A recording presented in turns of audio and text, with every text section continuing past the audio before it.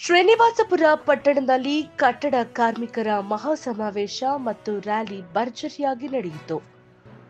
ಕರ್ನಾಟಕ ರಾಜ್ಯ ಕಟ್ಟಡ ಮತ್ತು ಇತರೆ ನಿರ್ಮಾಣ ಕಾರ್ಮಿಕರ ಮಜ್ದೂರು ಸಂಘ ಹಾಗೂ ಭಾರತೀಯ ಮಜ್ದೂರು ಸಂಘದ ವತಿಯಿಂದ ಆಯೋಜಿಸಲಾದ ಈ ಕಾರ್ಯಕ್ರಮದಲ್ಲಿ 500ಕ್ಕೂ ಹೆಚ್ಚು ಕಾರ್ಮಿಕರು ಭಾಗವಹಿಸಿದ್ದರು.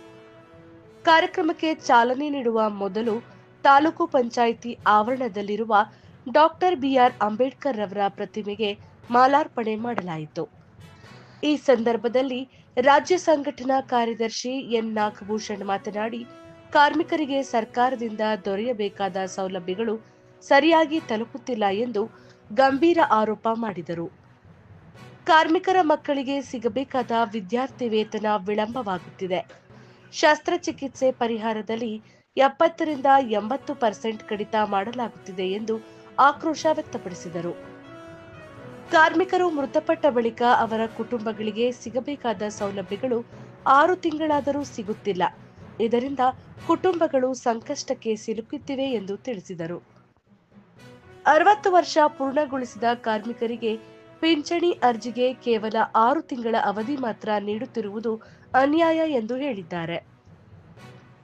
ಇದೇ ವೇಳೆ ಕಾರ್ಮಿಕ ಮಂಡಳಿಯಲ್ಲಿ ಸುಮಾರು 800 ಕೋಟಿ ರೂಪಾಯಿ ಹಗರಣ ನಡೆದಿದೆ ಎಂಬ ಗಂಭೀರ ಆರೋಪವು ಕೇಳಿಬಂದಿದೆ.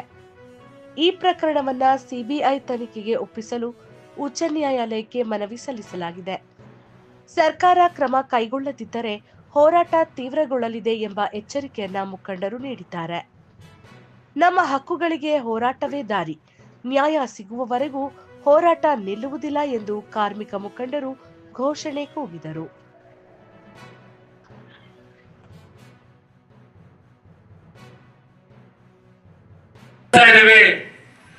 ಇಪ್ಪತ್ತು ದಿವಸಕ್ಕೆ ತಿಂಗಳಿಗೆ ಎಲ್ಲಾನು ಎಂತದ ಟೂಲ್ ಕಿಟ್ ಕೊಡ್ತಾ ಇದ್ದಾರೆ.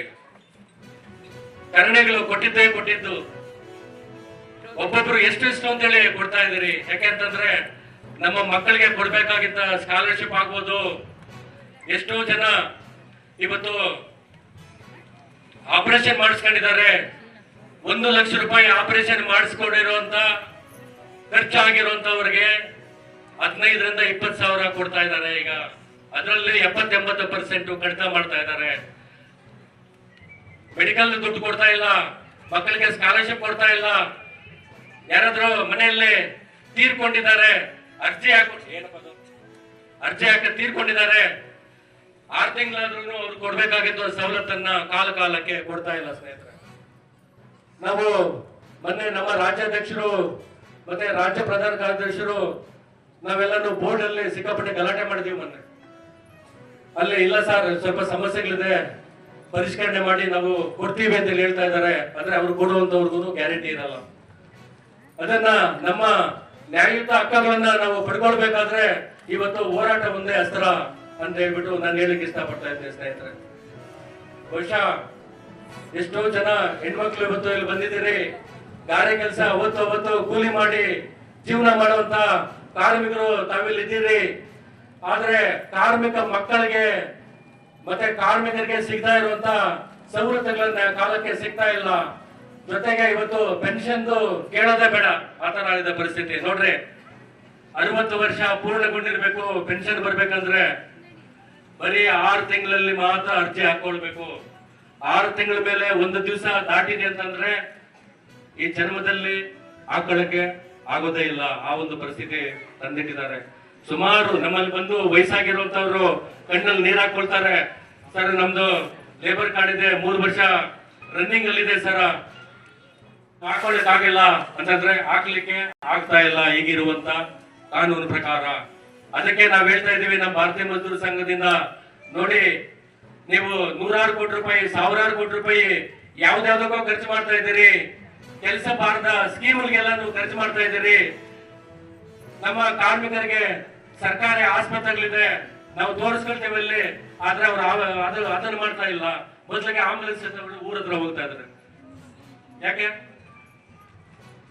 ನಾವು ನಿಮ್ಗೆ ಬ್ಲಡ್ ಚೆಕ್ಅಪ್ ಮಾಡ್ತೀವಿ, ಮೆಡಿಕಲ್ ಚೆಕ್ಅಪ್ ಮಾಡ್ತೀವಿ ಅಂತ ಹೇಳಿ ಆಂಬುಲೆನ್ಸ್ ತಗೊಂಡು ಊರ ಹತ್ರ ಹೋಗಿ ಪರೀಕ್ಷೆ ಮಾಡೋದ್ರಿಂದ 3,000 ರೂಪಾಯಿ ಒಬ್ಬರಿಗೆ ಏನೋ ಪರೀಕ್ಷೆ ಮಾಡ್ಲಿಕ್ಕೆ ದುಂದು ವೆಚ್ಚ ಮಾಡಿ ನಿಮ್ಮ ಎಲ್ಲ ಸೇರ್ಬೇಕಾಗಿರುವಂತಹ ದುಡ್ಡನ್ನ ಸುಮಾರು 800 ಕೋಟಿ ರೂಪಾಯಿ ಹಗರಣ ಮಾಡಿಕೊಂಡಿದ್ದಾರೆ ಕಾರ್ಮಿಕ ಮಂಡಳಿಯಲ್ಲಿ.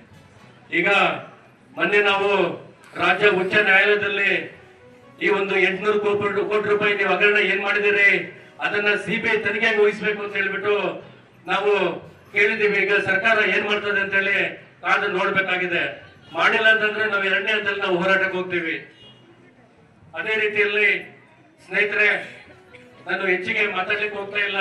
ಯಾಕೆಂತಂದ್ರೆ ದೂರದ ಹಳ್ಳಿಗಳಿಂದ ಬಿಸಿಲಿನಲ್ಲಿ ಇಲ್ಲಿ ಕೂತಿದ್ದೀರಿ, ಪರಿಸ್ಥಿತಿ ನಮಗೂ ಅರ್ಥ ಆಗ್ತಾ ಇದೆ. ಈಗ ಇಷ್ಟೊತ್ತು ಮಾತಾಡ್ಲಿಕ್ಕೆ ಅವಕಾಶ ಕೊಟ್ಟಂತ ನಮ್ಮೆಲ್ಲರಿಗೂ ನಾನು ವಂದಿಸ್ತಾ ಇದ್ದೀನಿ. ಈಗ ಒಂದು 10 ನಿಮಿಷದಲ್ಲಿ ಊಟದ ವ್ಯವಸ್ಥೆ ಇರ್ತದೆ.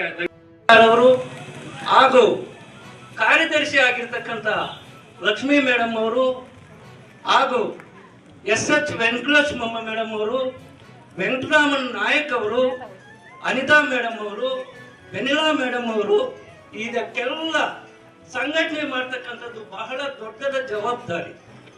ಇವತ್ತು ಮಹಿಳೆಯರೇ, ಈ ದೇಶವನ್ನು ಬದಲಾವಣೆ ಮಾಡತಕ್ಕಂಥವರು ನೀವೇ. ಕಟ್ಟಡ ಕಾರ್ಮಿಕರು, ರೈತ ವರ್ಗದವರು.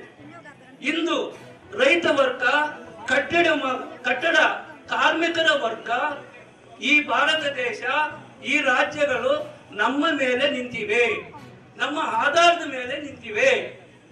ಆದ್ದರಿಂದ ನಾವು ಒಗ್ಗಟ್ಟನ್ನು ತೋರಿಸಬೇಕು. ಮಹಿಳೆಯರೇ ಈ ಭಾರತ ದೇಶವನ್ನ ಬದಲಾವಣೆ ಮಾಡತಕ್ಕಂಥ ಚಿತ್ರಣ. ನಾವು ಒಗ್ಗಟ್ಟಾಗಿದ್ರೆ ಸ್ತ್ರೀಶಕ್ತಿ ಬಹಳ ಬಹುದೊಡ್ಡ ಶಕ್ತಿ. ಇವತ್ತು ತಾವೆಲ್ಲರೂ ಆಗಮಿಸಿ ಒಗ್ಗಟ್ಟಿನಿಂದ ಯಶಸ್ವಿ ಆಗಿದೆ.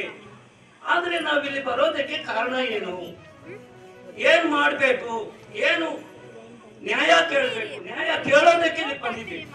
ಯಾಕಂದ್ರೆ ರಾಜ್ಯಾಧ್ಯಕ್ಷರು, ಜಿಲ್ಲಾಧ್ಯಕ್ಷರುಗಳು ಎಲ್ಲರೂ ತಮ್ಮ ತಮ್ಮ ಆಶ್ವಾಸನೆಗಳನ್ನು ಕೊಟ್ಟಿದ್ದಾರೆ.